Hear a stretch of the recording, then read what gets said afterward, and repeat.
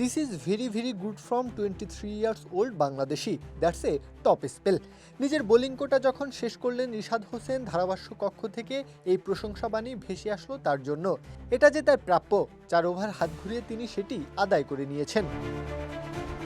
Melbourne রেনেগেটস তখন ছড়ি ঘোরাচ্ছে বোলারদের ওপর। ফলস্বরূপ পাওয়ার প্লের তৃতীয় ওভারে এলো 17 রান। এর পরের ওভারে আরও 17, অর্থাৎ 2 ওভার থেকে 34 রান আদায় করেছে মেলবোর্ন। এক প্রকার বাধ্য হয়েই পঞ্চম ওভারে রিশাদকে ডেকে আনা হলো। উদ্দেশ্য পরিষ্কার, রানের বাঁধ ভাঙা স্রোতকে কিছুটা থামিয়ে রাখা। রিশাদ সেই কাজটাই করলেন। যতটা আশা করা হয়েছিল তার থেকে বেশি ভালো করলেন। 7 রান দিয়ে শেষ করলেন ওভারটা।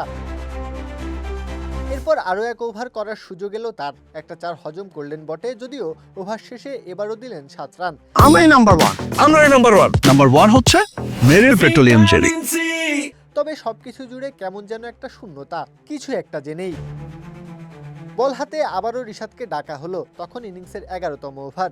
রিশাদ এলেন, মেলবোর্নের রানের চাকার গতি আরও কমিয়ে দিলেন। 3 রান দিয়ে এবারও খালি হাতেই ফিরতে হলো। 3 ওভার শেষে 17 রান, পুরোটা সময় দমিয়ে রাখলেন ব্যাটারদের। তবুও উইকেট না পাওয়ার অপূর্ণতা নিয়ে কি মাঠ ছাড়া লাগবে তাকে?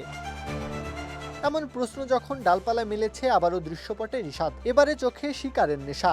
শেষ ওভারের তৃতীয় বলে নিজের সেরা অস্ত্র গুগলি ছুড়লেন জ্যাক ফ্রেজার ম্যাকগার্ডকে। ব্যাটার রিশাদের গুগলির গোলকধাঁধাটা বুঝতে পারলেন না।